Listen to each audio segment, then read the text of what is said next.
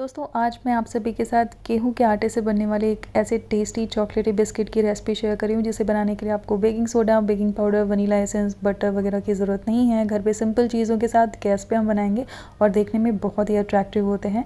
तो इसे बनाने के लिए सबसे पहले आपको 4 चम्मच के जितना घी लेना है। घी आप 4 से 5 चम्मच के जितना यूज़ कर सकते हैं, लेकिन मेरे लिए 4 चम्मच के जितना सफिशिएंट था। तो घर का जो नॉर्मल खाने वाला चम्मच होता है उसी से नाप के मैं ले रही हूँ।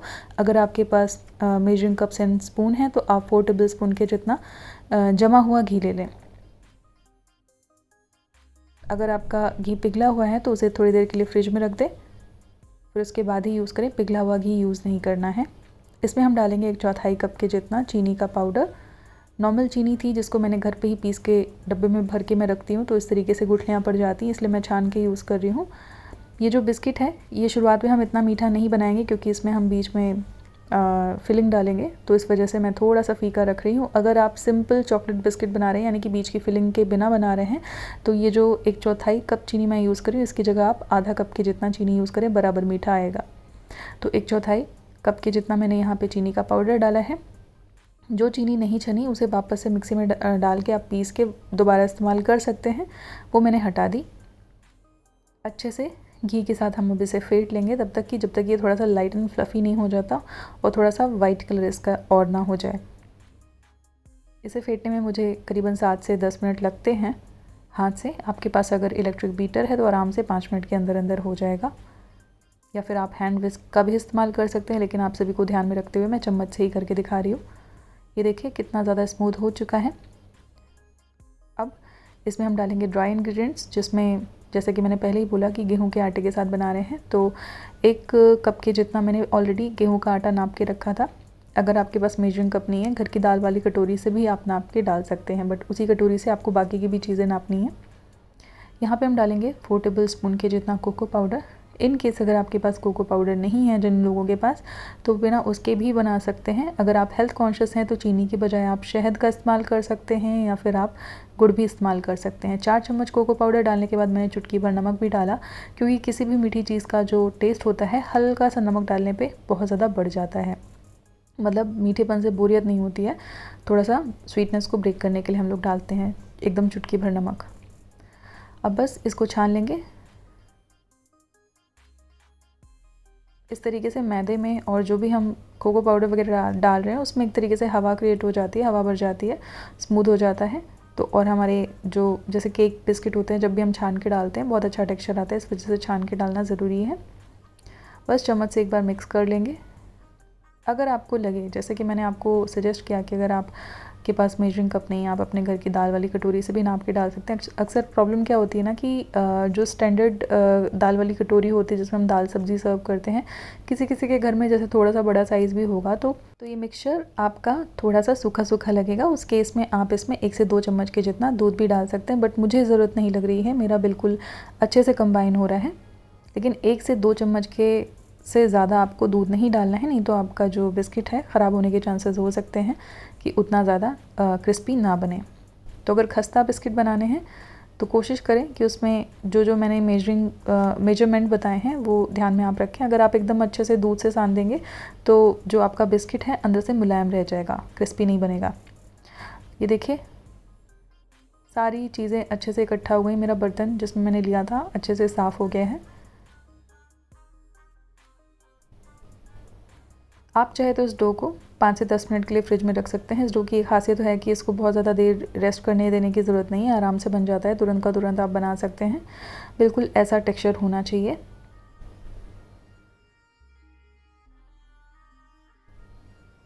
अगर आपको शुगर फ्री बिस्किट बनाना सीखना है या फिर आप हेल्थ कॉन्शियस हैं, गुड़ के साथ बनाना सीखना है, तो मैंने अपने चैनल पे बहुत सारी बिस्किट की रेसिपी शेयर की है हेल्थ कॉन्शियस लोगों के लिए भी, जिनको हेल्दी बिस्किट्स पसंद है, या फिर अगर आपको ट्रेडिशनल तरीका देखना है जैसे बेकरी वगैरह में बनता है, वो तो मैं सिखाती ही हूँ। अब चूँकि इसे हम गैस पे बनाएंगे तो मैंने कढ़ाई रख दी है।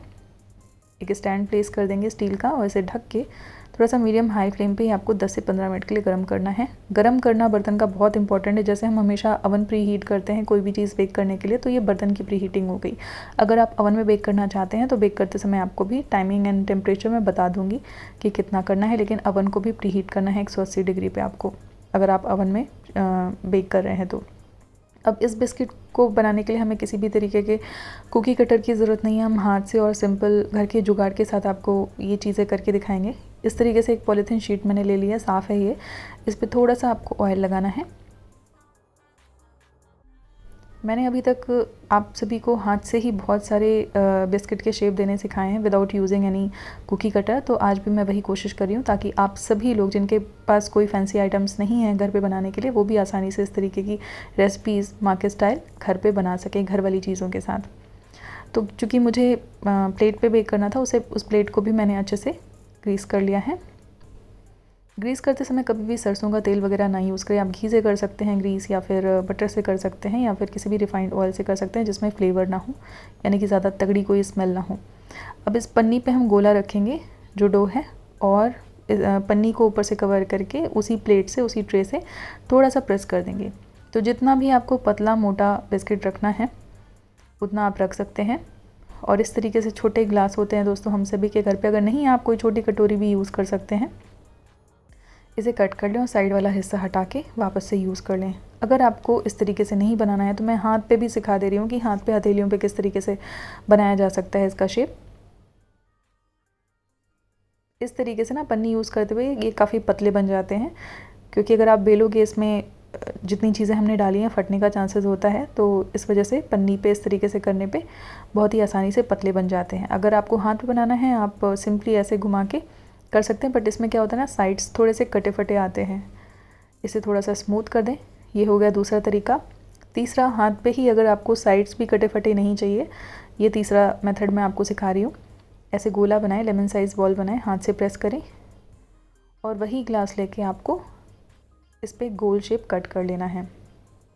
बिल्कुल इस तरीके से जो एक्स्ट्रा साइड वाला हिस्सा होगा ना कटा फटा, वो हट जाएगा और हमारा एकदम स्मूथ जो किनारे हैं बिस्किट के वो बनके तैयार हो जाएंगे। तो आपको इनमें से जो भी मेथड अच्छा लगे आप उस तरीके से ये बिस्किट को शेप दे सकते हैं। इसे मैंने रख दिया है ग्रीस की हुई प्लेट पे। अब चलते हैं इसे बेक करने। कढ़ाई में रखेंगे और अभी तक आंच दोस्तों मीडियम हाई ही रखी थी मैंने, थोड़ी सी तेज़ रखी थी ताकि बर्तन अच्छे से गर्म हो। नीचे नमक रखने की ज़रूरत नहीं है दोस्तों, अगर आप चाहें तो रख भी सकते हैं, बट बहुत सारे दोस्तों की रिक्वेस्ट होती है कि उनको इतना नमक वेस्ट करना अच्छा नहीं लगता, तो इस वजह से मैं हमेशा बिना नमक के सिखाने की कोशिश करती हूँ अपने मैक्सिमम वीडियोज़ में। अब फ्लेम को थोड़ा धीमे कर दें और इसे करीबन 10 से 15 मिनट के लिए पकाएं, क्योंकि बिस्किट पतले हैं, आराम से 10 से 15 मिनट में हो जाएंगे। डिपेंड करता है कि आपकी फ्लेम कितनी हाई या लो है। तो बिल्कुल इस तरीके से बेक होके निकलेंगे। अगर आप अवन में बेक कर रहे हैं तो अवन में मुश्किल से 7 से 10 मिनट लगेंगे दोस्तों, आपके अवन पे भी डिपेंड करता है। आप एक बार 7 मिनट के बाद चेक कर लें 180 डिग्री पे। प्री हीट ज़रूर करें, जैसा कि मैंने पहले भी बोला। 10 मिनट के लिए प्री हीट करने के बाद आप अवन में भी 180 डिग्री पे 8 से 10 मिनट के लिए आराम से ये हो जाएंगे। गैस पे थोड़ा सा ज़्यादा टाइम लगता है। तो ये बेक होके तैयार हो गए हैं। इसे हम ये ठंडा करने के लिए वायर रैक पे रख देंगे। थोड़ी देर ठंडा होने के बाद अब इसकी तैयारी करते हैं फिलिंग की। तो यहाँ पे मेरे पास न्यूटेला था। कोई भी आप चॉकलेट स्प्रेड, न्यूटेला या फिर सिंपल बाज़ार वाली चॉकलेट को हाथ से तोड़ के उसे थोड़ा सा मेल्ट कर लें और उसे बीच में फिल कर दें। तो यहाँ पे मैंने न्यूटेला को माइक्रोवेव में करीबन 10 से 15 सेकंड के लिए रखा था। वो थोड़ा सा नरम हो गया। तो उसके बाद जो बिस्किट के ऐसे किनारे हैं जो उतना ज़्यादा स्मूथ नहीं है, उधर थोड़ा सा इसका पोर्शन रखेंगे न्यूटेला का और दूसरे वाले बिस्किट से हम कवर कर देंगे।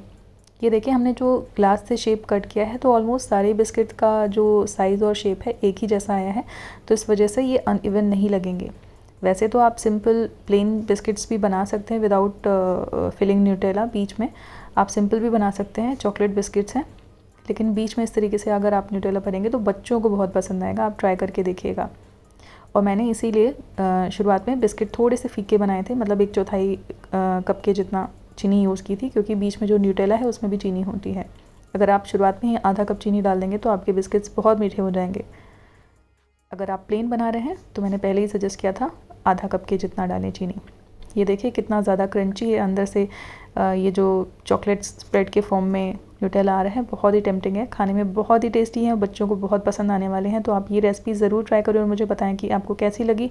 अगर आप मेरे चैनल पे नए हैं इसी तरीके की और भी रेसिपीज़ के लिए मेरे चैनल को सब्सक्राइब करना ना भूलें। सब्सक्राइब बटन के बगल में जो बेल आइकन होगा उसे भी याद से दबा दीजिएगा। आप देख सकते हैं बिना बेकिंग पाउडर, बिना बेकिंग सोडा बिना वनीला एसेंस वगैरह यूज़ किए ये बिस्किट कितने अच्छे बन के निकले हैं। तो आप एक बार ये रेसिपी ज़रूर ट्राई करें और अपना वैल्यूएबल फीडबैक मेरे साथ शेयर करना बिल्कुल भी ना भूलें। मैं मिलती हूँ इसी तरीके की और भी नई रेसिपी के साथ। और अगर आपको और भी बिस्किट की रेसिपीज़ देखनी हैं तो इसी वीडियो के डिस्क्रिप्शन बॉक्स में वो सारी रेसिपीज़ मिल जाएंगी, जैसे कराची बिस्किट हो गया, कोकोनट कुकीज़ हो गया, नान कथाई हो गई, आटे के साथ, मैदे के साथ। आप वो सारी रेसिपीज़ जाके चेक कर सकते हैं। मैं मिलती हूँ next time. Till then take care, bye bye and keep cooking.